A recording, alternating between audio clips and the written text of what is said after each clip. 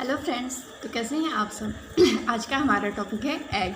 ठीक है, आज हम मुर्गी के अंडे के बारे में पढ़ेंगे, उसका स्ट्रक्चर कैसा होता है, कंपोजिशन कैसा होता है। ठीक है, तो सबसे पहले जान लेते हैं कि कुछ एनिमल जो होते हैं वो एग लेइंग होते हैं एंड कुछ डायरेक्टली बेबी को जन्म देते हैं। ठीक है, जो एग लेइंग एनिमल्स होते हैं उनको ओवीपैरस कहा जाता है। ठीक है, ओवीपैरस कहा जाता है, ऊपर मैंने लिखा भी है। एंड जो बच्चे को डायरेक्ट जन्म देते हैं उनको बीवीपैरस कहा जाता है। तो ओवीपैरस जो होते हैं, एग लेइंग जो होते हैं, उनमें एग निकलता है और उनका नरिशमेंट जो होता है एग में ही जो यॉक पाया जाता है। ठीक है, उसी यॉक के थ्रू उनका नरिशमेंट होता है और ग्रोथ होता है। ठीक है, और जो विवीपैरस होते हैं डायरेक्टली बच्चे को जन्म देते हैं। नॉर्मली मैमल्स ही मान लीजिए, मैमल्स में भी 3 सब क्लास होता है, उसमें भी एक सब क्लास जो होता है प्रोटोथेरिया, वो एग लेइंग मैमल्स होते हैं। बाकी जो 2 होते हैं मेटाथेरिया एंड यूथेरिया, वो बच्चे को जन्म देते हैं, वो विवीपैरस होते हैं। ठीक है, तो विवीपैरस जो होते हैं उनका नरिशमेंट कैसे होता है, तो प्लेसेंटा के थ्रू होता है। मैं प्लेसेंटा के बारे में पढ़ाने वाली थी, लेकिन उससे पहले मुझे लगा कि एग के बारे में बता दिया जाए। एग में जो यॉक होता है उसके बारे में बता दिया, पहले ओवीपैरस का बता दिया जाए कि उसमें नरिशमेंट कैसे मिलता है, फिर विवीपैरस के बारे में बताएंगे। ठीक है, कि उसमें नरिशमेंट प्लेसेंटा से मिलता है। तो एग के बारे में देखते हैं। और मैमल्स का वही 3 सब क्लास होता है, प्रोटोथेरिया जिसको मोनोट्रिम्स कहा जाता है, मेटाथेरिया मार्सुपियस भी कहा जाता है, यूथेरिया। ठीक है, जो प्रोटोथेरिया मोनोट्रिम्स होते हैं वो एग लेइंग मैमल्स होते हैं। ठीक है, उनमें और सारे कैरेक्टर्स मैमल्स के होते हैं, यानी कि मेमरी ग्लैंड्स उसमें भी होते हैं, मेमरी ग्लैंड्स होते हैं, लेकिन निपल्स नहीं होते हैं। ठीक है, निपल्स नहीं होते, मिल्क का सिक्रेशन उनमें होता है। उनके हेयर्स पे, बॉडी पर जो हेयर्स पाए जाते हों उन्हीं पर मिल्क का सिक्रेशन होता है एंड उन्हीं को सक करके उन्हीं से उनका नरिशमेंट होता है, उनके बेबी का नरिशमेंट होता है। ठीक है, एंड ग्रो करते हैं। और जो दूसरा सब क्लास है मेटाथेरिया, आगे जब मैं प्लेसेंटा के बारे में बताऊंगी तो उसमें और अच्छे से बताऊंगी, थोड़ा बहुत जान लेते हैं। जो दूसरा सब क्लास है मेटाथेरिया, उसमें मेटाथेरिया मार्सुपियस, हाँ, उसमें कंगारू आते हैं। उसमें प्लेसेंटा का डेवलपमेंट होता है, लेकिन बहुत ही वीक प्लेसेंटा होता है। ठीक है, ज़्यादातर उनके बेबी का ग्रोथ जो होता है, डेवलपमेंट जो होता है, वो बॉडी से बाहर आ जाने के बाद ही होता है। ठीक है, एंड तीसरा यूथेरिया, उसमें प्लेसेंटा का डेवलपमेंट अच्छे से होते हैं, जिसमें ह्यूमन बींग्स इंक्लूड होते हैं। ठीक है, तो एग के बारे में देखते हैं। चलिए हमारे टॉपिक पे आते हैं, एग।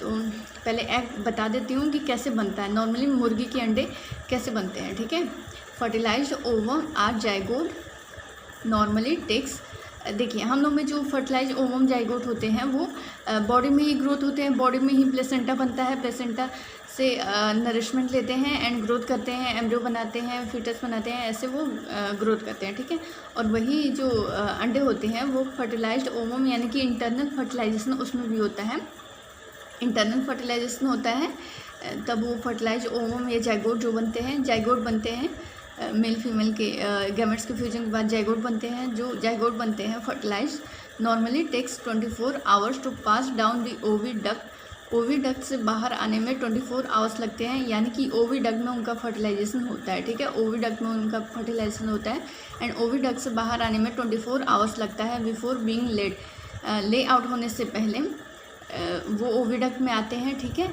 एंड उसमें आने में 24 आवर्स लगता है, और जब तक वो आते हैं while descending it is surrounded in succession by various envelopes of albumen, shell membranes and porous calcareous shell all secreted by the wall of oviduct and form egg। जब तक वो नीचे आते हैं, यानी कि ओविडक्ट से बाहर निकलते हैं, उस ड्यूरेशन में वो बहुत सारे एल्बुमेन के लेयर से इन्वेलप हो जाते हैं, shell membrane and porous calcareous layer, calcareous shell से इन्वेलप हो जाते हैं। ठीक है, बहुत सारा लेयर बन जाता है इन सब का और हार्ड हो जाता है। ठीक है, बहुत ज़्यादा हार्ड नहीं होता है, जिस टाइम वो ले आउट होता है एग उस टाइम वो पिंकिश कलर का होता है। ठीक है, एंड बहुत हार्ड नहीं होता है, सॉफ्ट ही रहता है। तो ये सब लेयर सिक्रेट होता है ओविडक्ट के वॉल के थ्रू। ठीक है, ओविडक्ट के वॉल के द्वारा ये सब लेयर सिक्रेटेड होता है एंड एग बना लेता है। ठीक है, अब देखते हैं कंपोजिशन ऑफ एग। एग का कंपोजिशन क्या है, ये तो बाद में लिखवाना चाहिए, पहले मुझे स्ट्रक्चर के बारे में बताना चाहिए। चलिए पहले कंपोजिशन देख लेते हैं। ठीक है, तो eggs are composed of mostly, इसमें मैंने बहुत ही बेसिक चीज़ें लिखवाए हैं, बहुत मतलब डिटेल में नहीं लिखवाया है, ठीक है। Eggs are composed of mostly water with proteins, fats and minerals. One egg has only 75 calories but 7 grams of high quality protein. 7 grams of high quality protein होता है, 5 gram of fat and 1.6 gram of saturated fat along with iron, vitamins, minerals and carotenoids. The egg is a powerhouse of disease fighting nutrients का power house होता है, ठीक है। Disease fighting nutrients का power house होता है, ठीक है। तो एग में मेनली प्रोटीन पाए जाते हैं, फैट पाए जाते हैं, सेचुरेटेड फैट होते हैं, उसमें भी आयरन, विटामिन्स, मिनरल्स ये सब पाए जाते हैं, ठीक है। Structure of egg of hen के एग का स्ट्रक्चर देख लेते हैं। Generally the eggs are laid at the rate of 1 egg per day. एक दिन में एक ही एग निकलती है, ठीक है। A fully formed and newly laid egg is large and elliptical. Large and elliptical होता है और एक तरफ ये पॉलिस्पन में बता रहा, हाँ अभी बता रही हूँ, हाँ। और एक तरफ थोड़ा ज़्यादा बड़ा दिखता है, एक तरफ दूसरे साइड का थोड़ा पतला दिखता है, ठीक है। एंड पॉलिस्पन में मैंने क्यों लिखा है ऊपर वो इसलिए क्योंकि और सभी जो होते हैं वीवर्स होते हैं उन सभी में नॉर्मली पॉलीस्पर्मी को प्रिवेंट किया जाता है, ठीक है। बहुत सारे मेथड होता है पॉलीस्पर्मी को प्रिवेंट करने का, स्लो ब्लॉक, फास्ट ब्लॉक, जिसमें मेम्ब्रेन पोटेंशियल को चेंज करके होता है, कॉर्टिकल रिएक्शन होता है and fertilising anti fertilising reaction. इन सभी रिएक्शन से फर्टिलाइजेशन को पॉलीस्पर्मी को प्रिवेंट किया जा सकता है, ठीक है। लेकिन जो मुर्गी होती है जिसमें इंटरनल फर्टिलाइजेशन इसमें भी होती है, लेकिन इसमें पॉलीस्पर्मी अलाउ होता है, ठीक है। पॉलीस्पर्मी प्रिवेंट नहीं होता है, ठीक है। अब आता है एग शेल के बारे में। एग जो होता है वो इलिप्टिकल शेप का होता है। एग शेल देखते हैं। The egg is externally protected by a firm white और brown shell at least 94% of which is calcium carbonate। 94% calcium carbonate ही होता है, ठीक है। The shell is porous and allow diffusion of oxygen and carbon dioxide through it। जो shell होता है वो पोरस होता है and oxygen and carbon dioxide का डिफ्यूजन अलाउ करता है, ठीक है। पोरस स्ट्रक्चर होता है यानी कि उसमें बहुत सारे पोर्स प्रेजेंट होते हैं शेल्स में, जिसके through oxygen and carbon dioxide pass होता रहता है, ठीक है।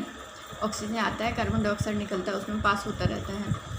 फिर आता है दूसरा शेल मेम्ब्रेन के बारे में। Immediately underneath the shell is a thin but thick white shell membrane consisting mostly of keratin, ठीक है। शेल के नीचे वाइट सेल मेम्ब्रेन पाया जाता है जो मोस्टली केराटिन कंसिस्ट करता है।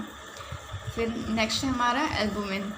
Beneath the shell membrane lies the albumin or white of egg surrounding a central mass of yolk। Albumin जो होता है वो यॉक को सराउंडिंग किया रहता है, जो वाइट पार्ट होता है उसको एल्बुमिन कहा जाता है, ठीक है। The albumin consist of chiefly of water. 85% water ही होता है एल्बुमिन में एंड प्रोटीन। एल्बुमिन प्रोटीन होता है and other proteins are also present। The albumin is deposited in several layers में deposited होता है। outer layer, middle layer, innermost layer, ठीक है। 3 layers होता है। इसके बारे में डिटेल में और नेक्स्ट वीडियो में रहेगा। Okay, thank you.